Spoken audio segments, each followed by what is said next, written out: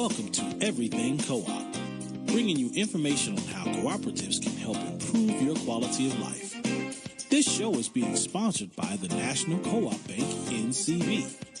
The NCB is dedicated to strengthening communities nationwide for the delivery of banking and financial services for the nation's cooperatives, their members, and other socially responsible organizations. For more information on the power of community ownership, visit ncb.coop. That's ncb.coop. Now stay tuned for your host, Vernon Oakes. Good morning, everybody. This is Vernon Oakes. Welcome to Everything Cooperative. And this month, we're celebrating Women's History Month. And this year's theme, 2019 theme, is Visionary Women, Champions of Peace and Nonviolence. And we're starting off the month with Dr. Jessica Gordon Nembhard. Good morning, Jessica. How are you doing this morning? I'm good. Busy as usual, but good. Thanks. Happy to be here. Fantastic. Thank you for taking out time. You're very busy being the professor of community justice and social economic development and chair of the Department of Africana Studies at John Jay College in the city of New York. Yep. All right. Written this wonderful book called Collective Carriage, A History of African American Cooperative Economic Thought and Practice. And Jessica, as I travel, I find more and more people have read this book and really enjoy it, as I do. Thank you. It's actually always surprising to me. Most academics, we don't get this much publicity or interest in our work, so it's really been wonderful for me to hear that people found the book useful and are reading it and sharing it. Yes. Last week, I was up in Milwaukee, Wisconsin at the up-and-coming food conference. Yeah, that's a great conference. I was there last year. Yeah, it was wonderful. It was absolutely great. It was my first time being up there. It was cold, but people were warm and friendly and excited and motivated, about 250 people. I'd say 40 to 50% African American, which I was surprised at. Yeah, they do a really good job of bringing in African American groups, especially, you know, there's sort of like a growing movement of food co-ops in African American communities, and they seem to have tapped into and really helped support those groups. Yes, they had a track just called People of Color and this food co-ops. So that was fascinating, and I found that people had read your book. That was the reason I brought it up. So, thank you. Like everywhere I go now. So we want to talk about Black women in this cooperative movement and the history of Black women in the cooperative movement. And you said something like they've been the workers, but not necessarily the leaders, or at least that's for overall women, but Black women have been leaders. Is that? Well, tell us about what you found. So, right, when I first started looking specifically about women in co-ops, because that was one of my interests, I did find that around the world, the problem was the Black women were doing, not the Black women, the women were doing all the work, but not necessarily being in control or making the decisions or being the leaders. There was a great study in Japan about that. There were studies in Canada. The UN did a study about it. So I was interested in that. And I started looking at it for women of color. And then as part of the research I did on the book on African American cooperative movement, I started looking at what was happening with Black women. And there was an interesting phenomenon in, I guess, some of the consumer cooperatives. Women were still kind of in the background and the men were the leaders, but women were doing all the work, kind of like in the Black church and in the civil rights movement, what was happening early on. But then I started looking deeper, and especially when you got to worker cooperatives, producer cooperatives, and then women in the civil rights movement who were pushing cooperatives, I started to see a new pattern, at least for Black women, which was that they were actually in the forefront of a lot of these co-op developments and the co-op movement. And then I found that even some Black women like Nannie Helen Burroughs out of Washington, D.C., were being used by the larger U.S. cooperative movement as spokespersons. Nannie Helen Burroughs in the 30s was actually a member of the CLUSA D.C. chapter. Remember CLUSA, Cooperative League of the United States, which then sort of changed its name to National Cooperative Business Association. Now it's National Cooperative Business Association, CLUSA. Anyway, their D.C. chapter in the 30s there's letters in Nannie Helen Burroughs' files with them asking her to please come to this meeting and speak about the co-op movement, sort of the urban co-op movement, or come to this conference and speak about this. So she was clearly in demand by the mainstream co-op movement for the work she was doing in Northeast D.C. in the 30s. She started with a women's broom and mattress making co-op, worker co-op. Okay. Then they expanded to a consumer co-op because they got enough money from the federal government to do a farm out in Maryland. And so then they were doing, rural to urban, farm to plate or whatever work, as well as doing the mattress and the brooms, But she was considered a wonderful speaker because she was already nationally known for other work she had done on women's education and in the Baptist Convention. So they also used her in the co-op movement. So I just want to get a couple quick definitions out here. Sure, sorry. Consumer cooperative you mentioned is if the co-op is owned and controlled by the people that uses the products or services. Right. Housing co-ops is an example. Credit unions are examples of consumer and co-ops. Food co-ops, right? And most food co-ops are consumer co-ops. And if it's owned and controlled by the employees, the people that work in the business, it's a worker cooperative. Right, and producer, Yeah. I want to go to the purchasing co-op first. I think about that. The purchasing co-op you didn't mention, but it could be they come together to buy things like gas or farming equipment and so forth, and they pool their money together to buy things. And they form this business. That's a purchasing co-op. And then the producing cooperative, I also call a marketing cooperative, is when they sell the goods and services.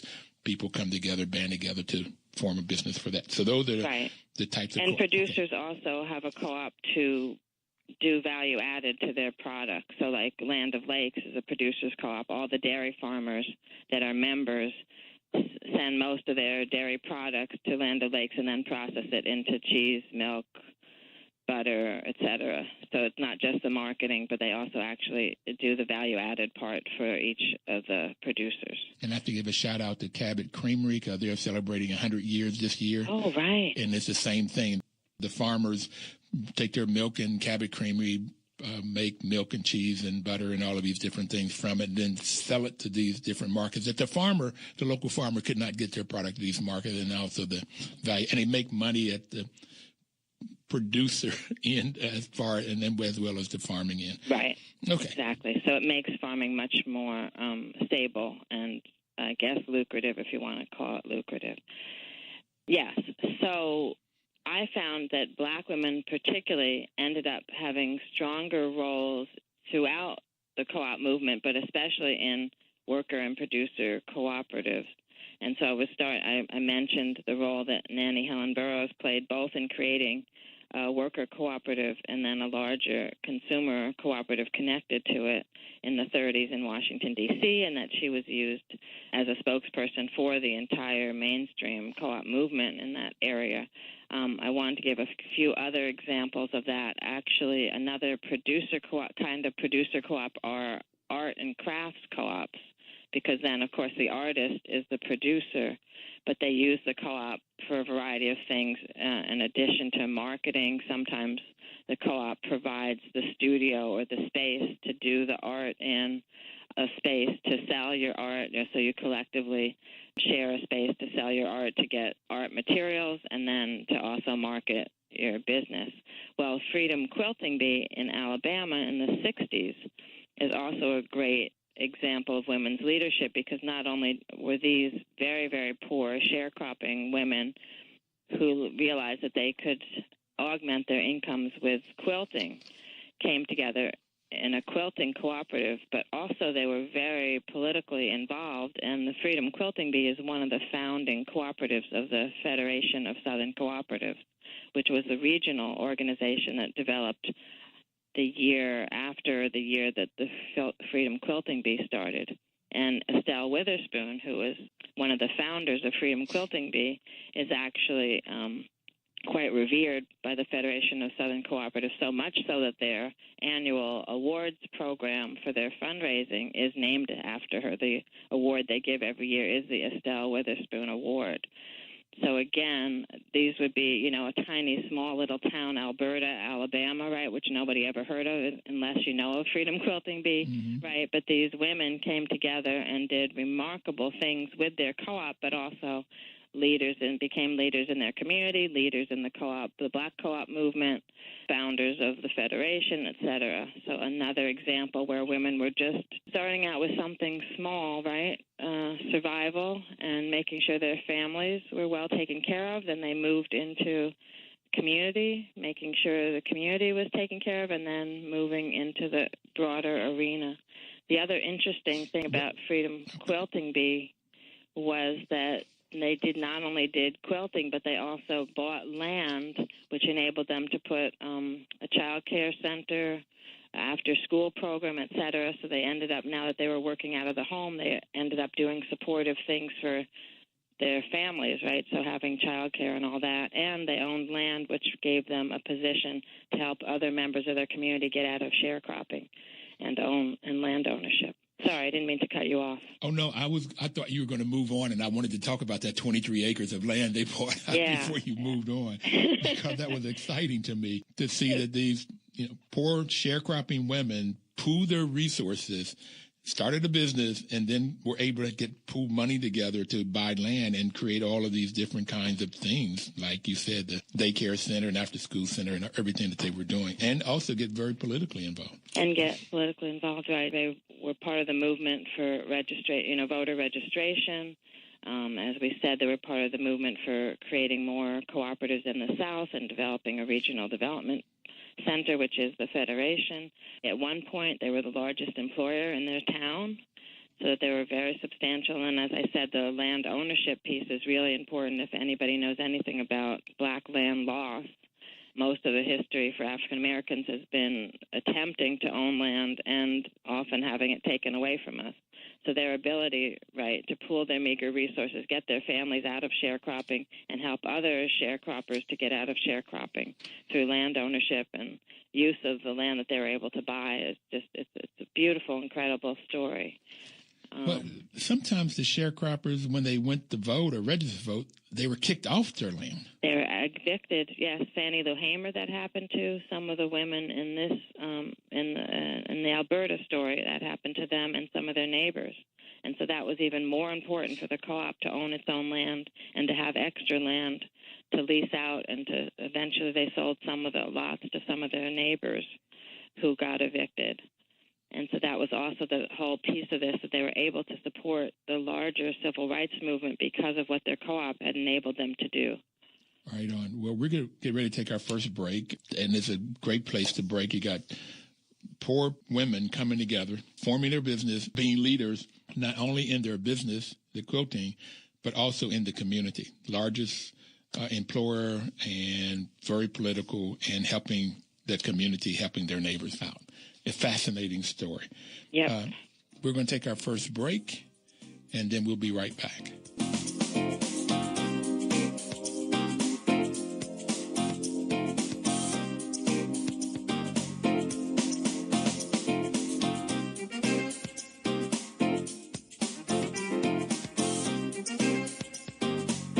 Washington, D.C.'s News Talk, 1450 AM WO and 95.9 FM.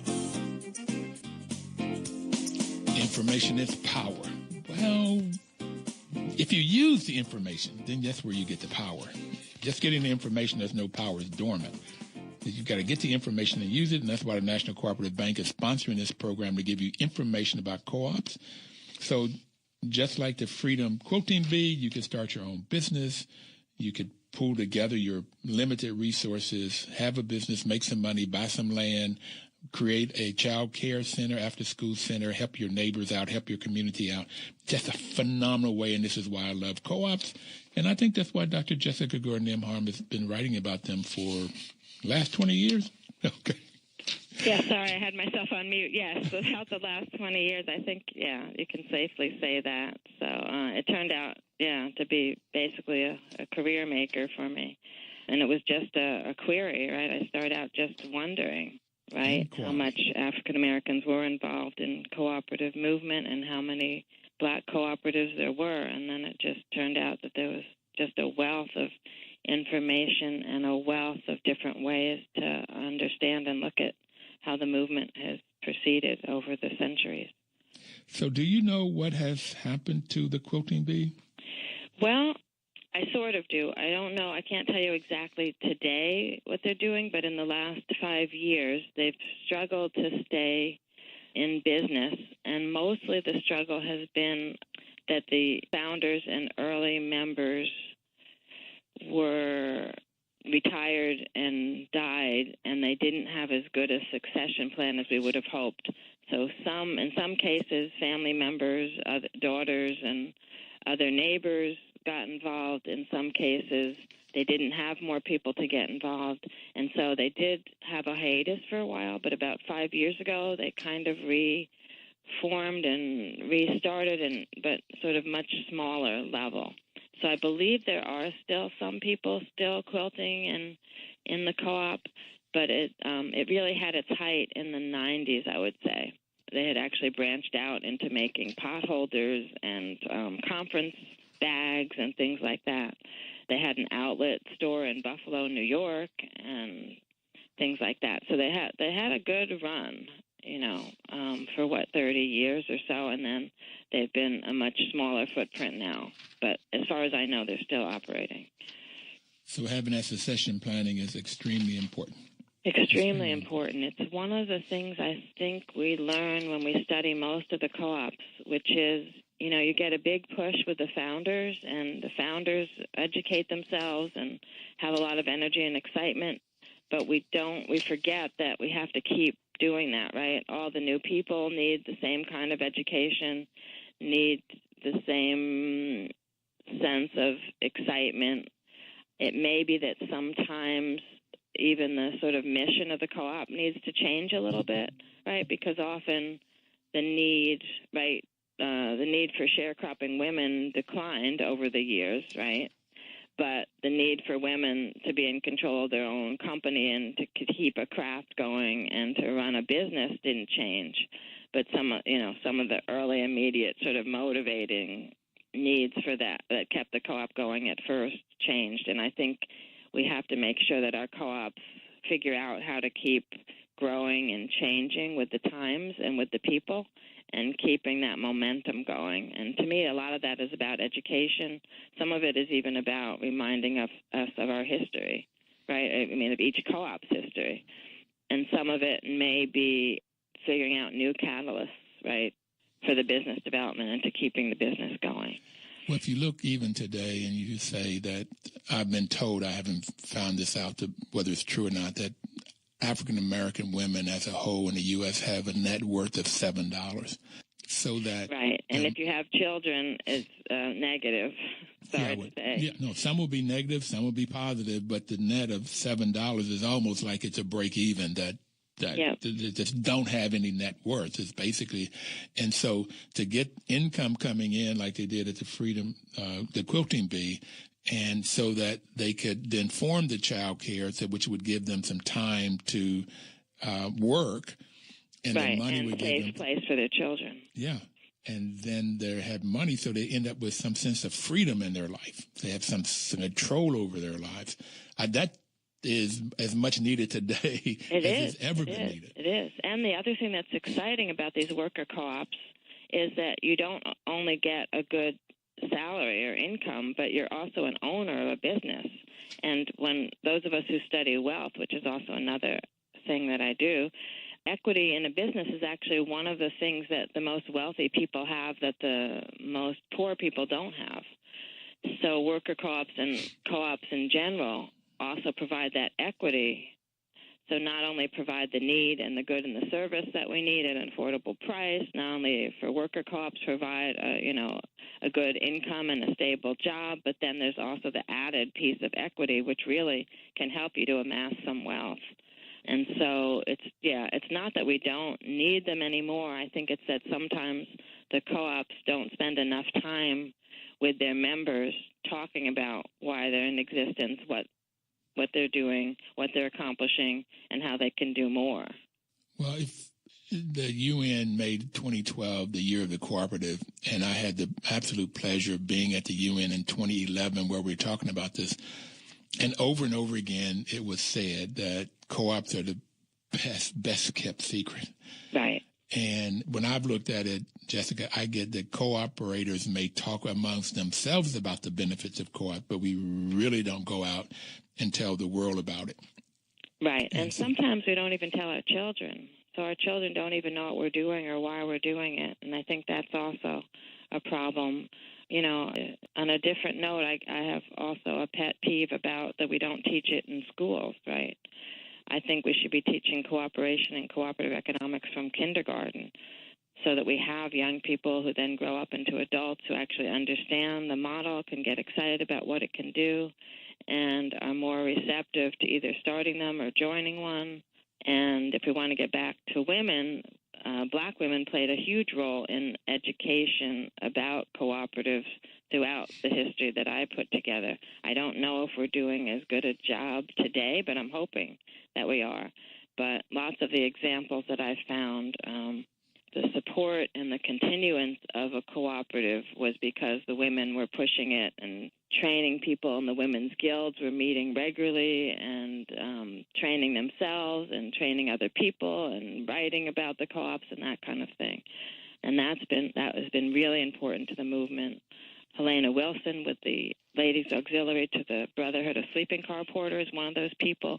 She used to write a column about co-ops in almost every issue of the Black Worker that the union put out. That she started study groups among all the Ladies Auxiliary chapters throughout the U.S. and Canada and one of the main things the study groups discussed was consumer economics and cooperative economics.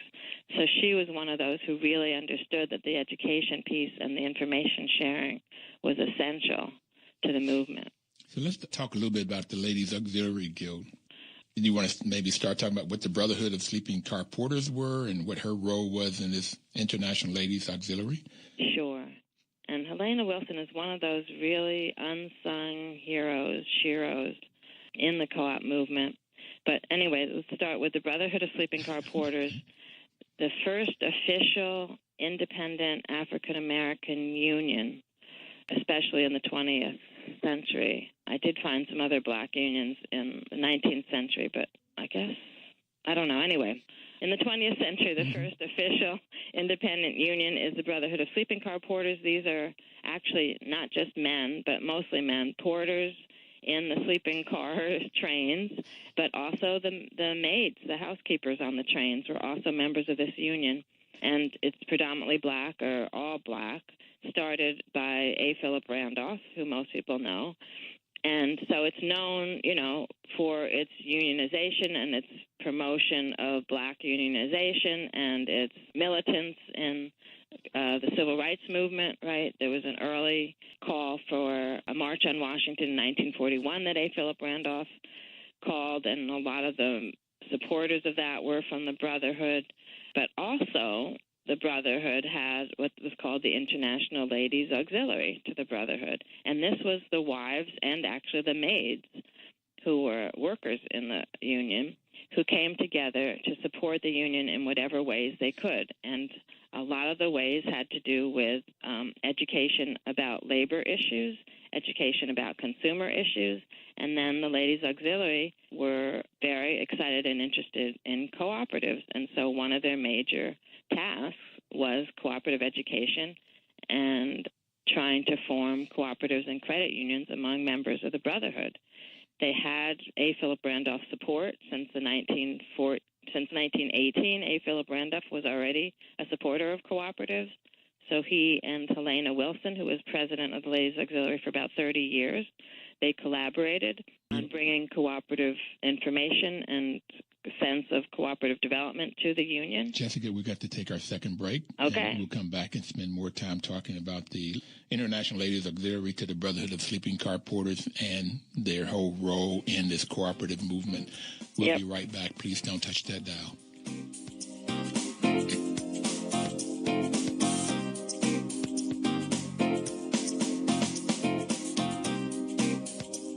Washington, D.C.'s News Talk, 1450 AM WON and 95.9 FM. Welcome back, everybody. This is Vernon Oakes, and the program is Everything Cooperative. We're talking about cooperatives and the cooperative movement, particularly with black women. And Dr. Jessica Gordon Nembhard is our guest today. And when we took the break, we were talking about the International Ladies Auxiliary to the Brotherhood of Sleeping Car Porters, and Helena Wilson, who's just not known. And from everything she's done that Jessica's written about, she should be as well known as A. Philip Randolph, if not better known. Okay. Yes, and in a minute I'll talk more about what she did, but I also, interesting about her history, which connects to something else about women, is that she started out in the mutual aid movement. She was a leader in a local mutual aid society in Chicago where she was. And why that's interesting is because I start my book with mutual aid because that's how W.E.B. Du Bois started his book in 1907 on economic cooperation among Negro Americans with mutual aid societies, because we both argue that those are really the precursors to the more formal cooperatives. And mutual aid societies are societies, they still exist, where a group of people come together with a need, pool their money, usually with a small amount of dues per month, to create a pot of money that then, when you need to use it, the group decides to give it back out to its members. So like a mutual aid burial society, if you need to bury your dead, you go to your society and the society will pay for it because you paid your dues consistently, and there's a pot of money to do that with. So it's very interesting because black women are some of the leaders in the black mutual aid movement from the 1700s on. And you find that 1700s on, yes, the mutual aid movement started very early in our history here in U.S. soil. And the earliest ones we can find were started in Rhode Island and Philadelphia.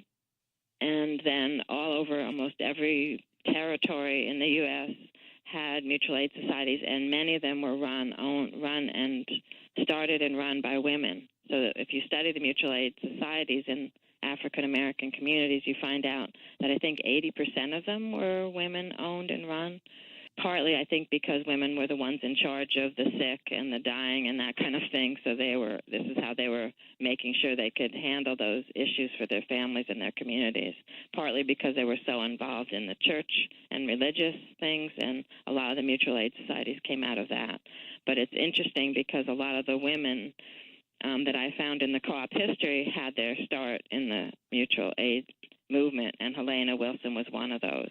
Mm-hmm. So she already came to sort of the brotherhood and to cooperatives from the mutual aid movement. So she already knew that notion of pooling your resources, everybody coming together to address a need, using some kind of quasi-business model, but a collective model to address that need, and actually handling money, right? Because that's what mutual aid societies do. You actually exchange money and handle it and make collective decisions about what to do with your pool of money.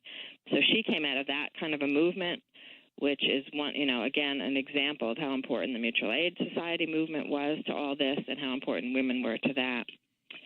And so in the brotherhood movement, the Ladies Auxiliary really declared itself with an interest in economic justice from the minute it was started. They had what was called Declaration of the Object, Principles, and Aims of the Ladies Auxiliary, and its goal was to provide a common meeting ground for women who endorse the principles of democracy and wish to see them applied to the field of industry. And so the notion there was it wasn't good enough just to have your husbands have a good union job. You had a responsibility to do something for your community with that added money, right? Basically, the union job for the porters put their families in the black middle class. It's more working class from white standards, but for blacks, it was a black middle class. Mm-hmm. And you weren't supposed to just sit on those laurels of that now you were in the black middle class. You had a responsibility to spend that money to help the rest of the race. And cooperative economics was a way to keep that money recirculating in your community. So the notion was you've got a good job with the union.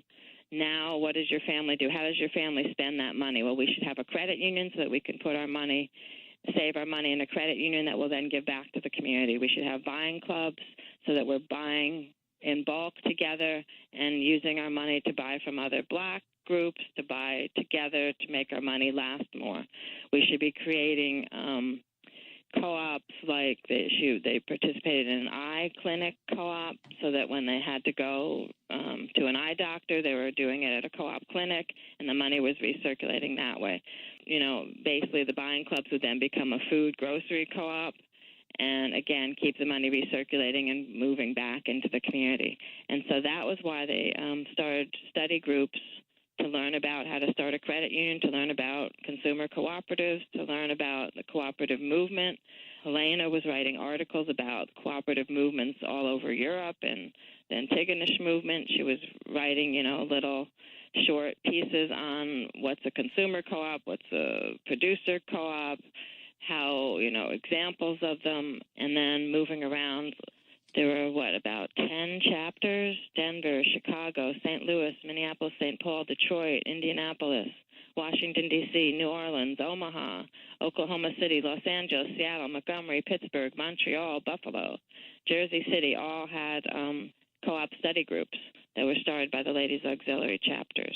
And they invited the men to come also because, again, even though the men already were working, they wanted the men to understand the co-op movement so they understood what the women were trying to do and what would be next to happen in their communities.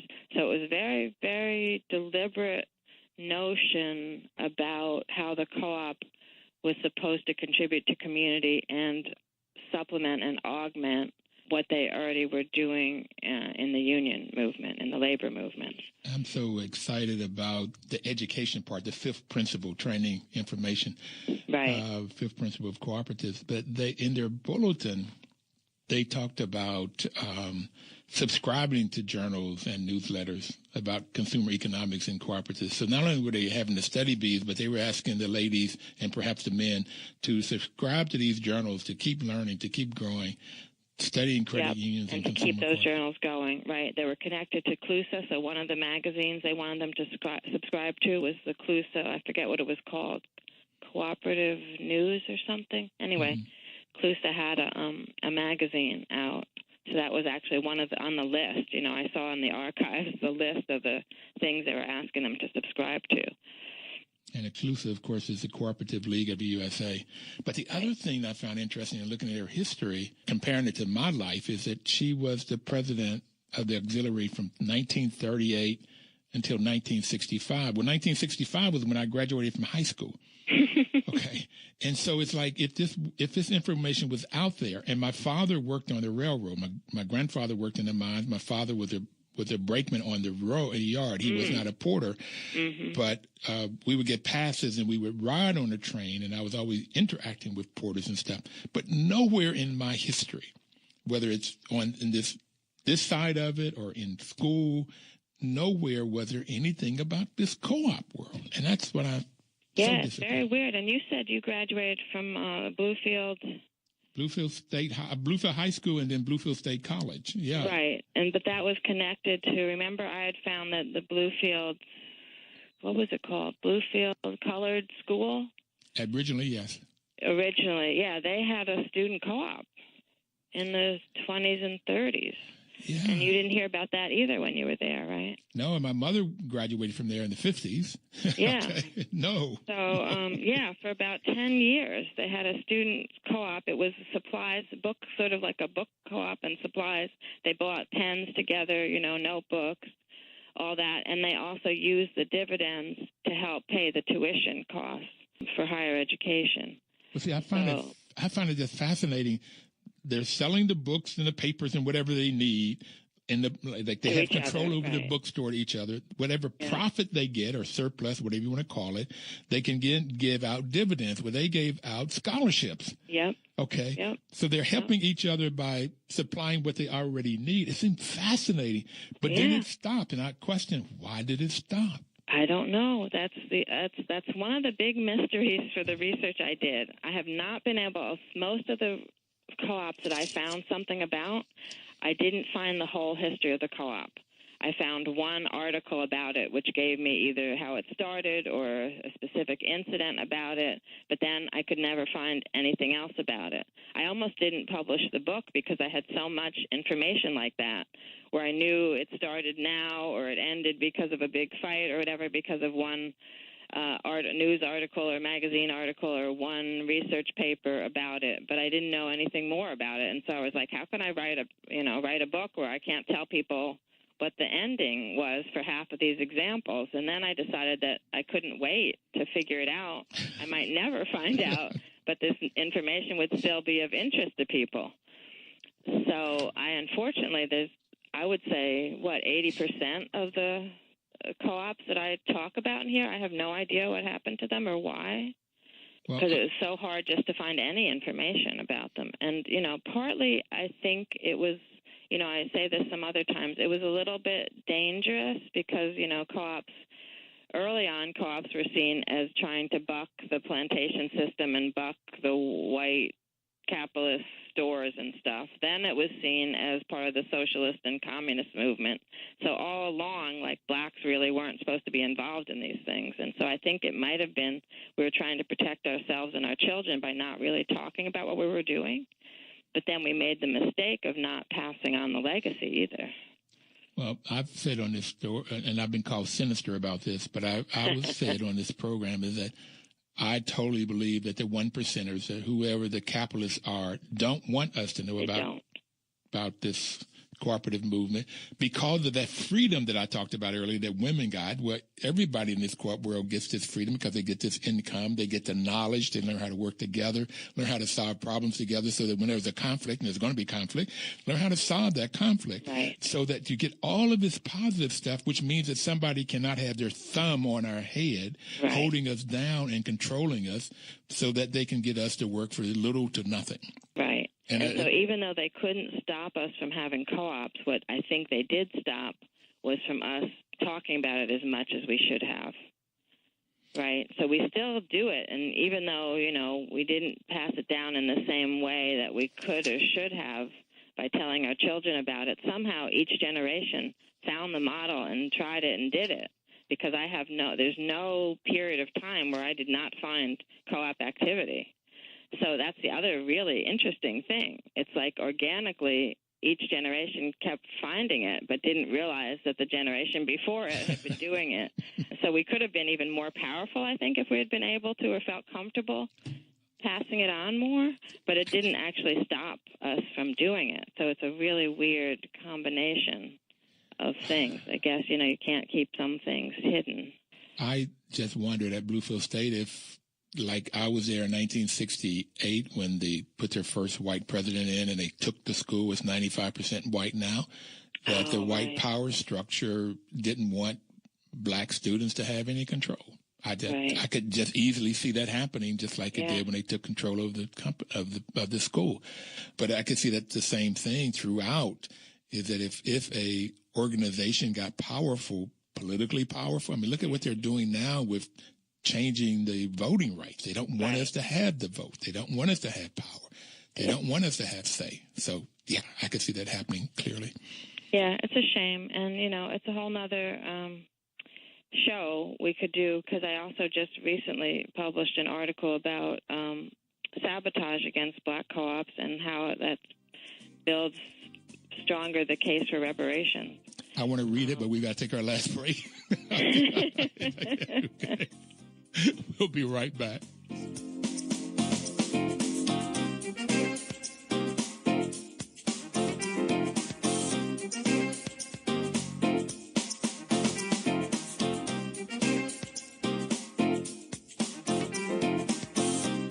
Washington, D.C.'s News Talk, 1450 AM WOF and 95.9 FM.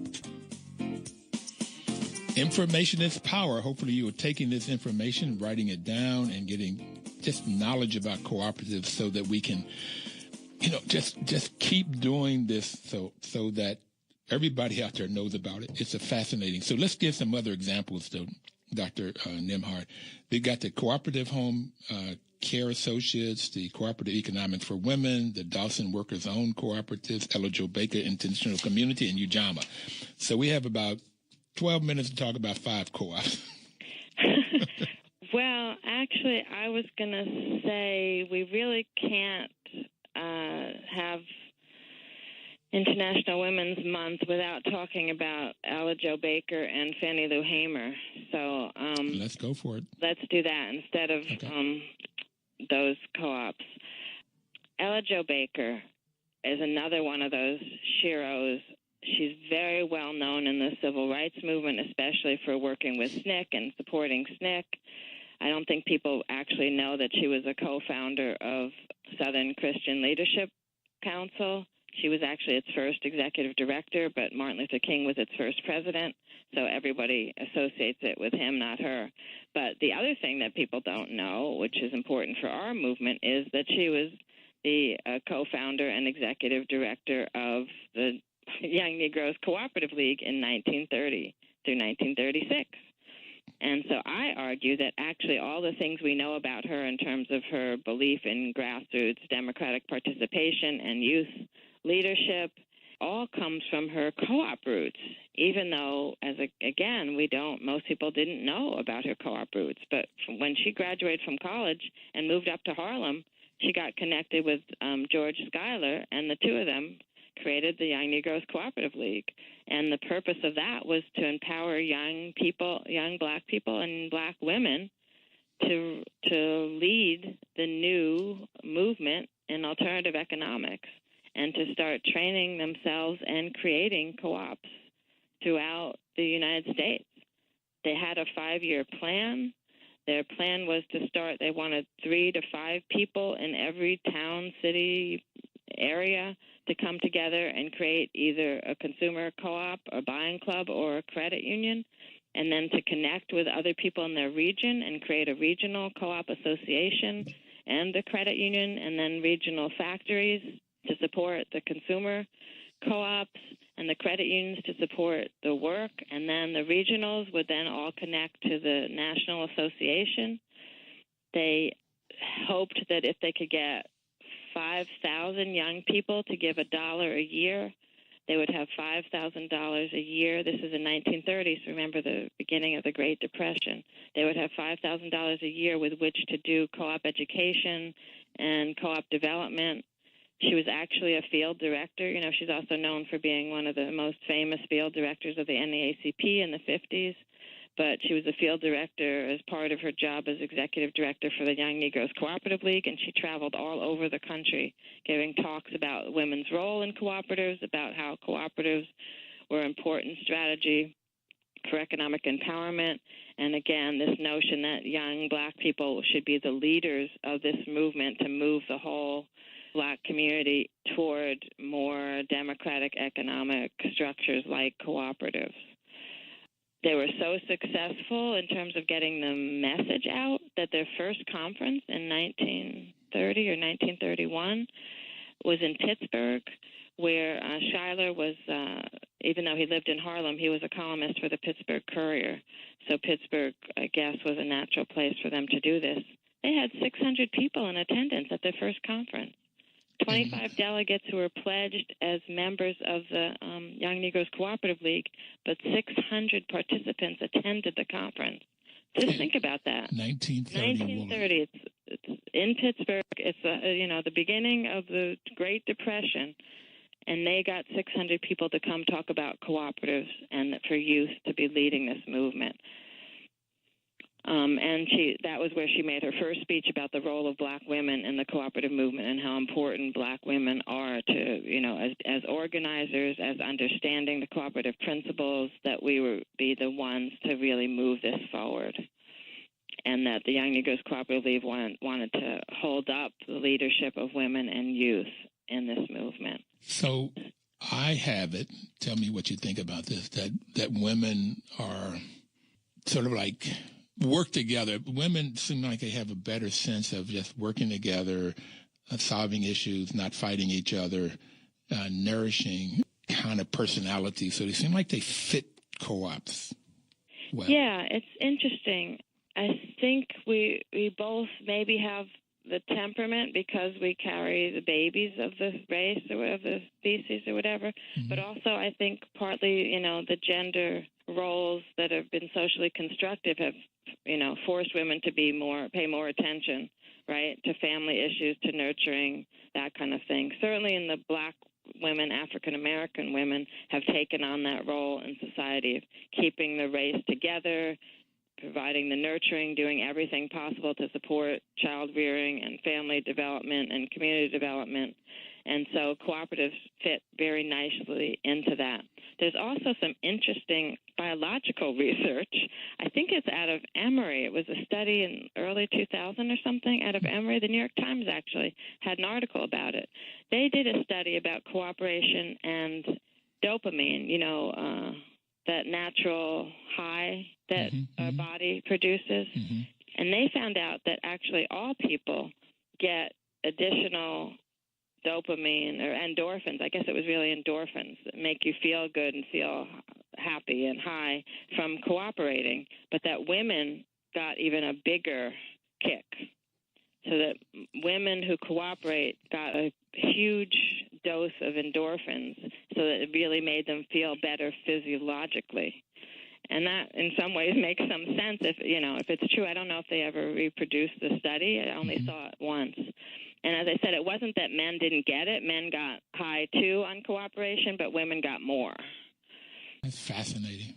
And so, I think, and nobody really talks about that either. I thought about trying to do some kind of column about that, but I wasn't sure how to follow up on it. I wonder, because the high of being a team player, playing football, basketball, running track, working together. Yeah, probably works for guys too, right? Yeah, well, I felt that in a team is that this when we cooperate and work together, and particularly if we cooperate, work together and win, that's a tremendous high. But right. Yes. Right. Okay, I can see that. that. So anyway, so it makes us all feel good. For some reason, it makes women feel even better. So I think that might also help why women are so involved. And then I think, in the Black community also, the other reality is Black males have been so crippled in our society, right? They weren't really allowed to do much. So Black women kind of just did whatever needed to be done because, their partners were often, not allowed to do it or discouraged or, literally stopped, or literally hung, yeah. Right, hung, lynched, jailed, whatever. And so we just kept moving on some of these things. And some of the stuff, it was actually easier for Black women to say it or do it, right?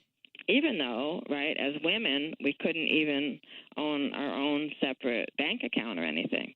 There's also lots of examples of women having to get the men to actually deposit the money or open the bank account, that kind of thing, because they couldn't do it without a husband or something. So there's all these weird dynamics involved in that. I know we're going soon, so I can't not mention Fannie Lou Hamer, so we can end on that or end on something out of Fannie Lou Hamer. But we only have 2 minutes, so talk about we Fannie. talked about voting rights. Fannie Lou Hamer is a huge person in the voting rights movement and was a SNCC organizer in Mississippi. After the voting rights movement, she was also one who she and her husband got evicted for registering to vote and for training people about how to register to vote. She realized that getting political rights wasn't enough. We really needed the economic rights and economic justice, and that co-ops were the way to do that.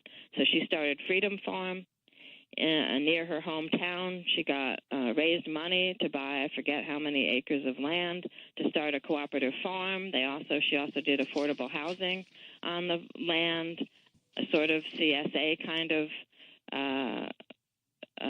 consumer-supported agriculture kind of thing with the neighbors, with the farm, child care center, and I think a weaving co-op or a sewing co-op, all involved with the Freedom Farm. And again, the notion was, even if we have voting rights, we won't really have economic rights. So let's start by creating our own economic realities and cooperating together through the co-op ownership. And then from that more position of strength, they can't evict us from our farms anymore if we're active, if we have our own co-ops, that kind of thing. And so I know we don't have much time, but she was also one of those who connected from the opposite. She tried doing the politics first and the voting first, and then came to the co-op movement, realizing that the other stuff was a little bit hollow without the economic justice and economic independence. Yes. And I've been trying to get to Reverend Barber and his Poor People's Campaign with that. He has a great political solution to poor people. But I'd like to see him put co-ops on his platform. That would be great, yeah. We should have a dialogue with him. Yes. So what you would like to leave people? We have less than a minute. What would you like to leave people with? I think what I want to say is that the role of black women in the cooperative movement just shows how important the things that we already talked about, how important education, commitment, dialogue, building of trust, how important understanding the freedom of economic justice brings freedom and economic independence in order for us to do the rest of the work we need to do as human beings. Thank you, Jessica. Thank you very much. Thank you. Thanks for having me. Everybody out there, have a wonderful cooperative week. Washington, D.C.'s News Talk, 1450 AM WOS and 95.9 FM.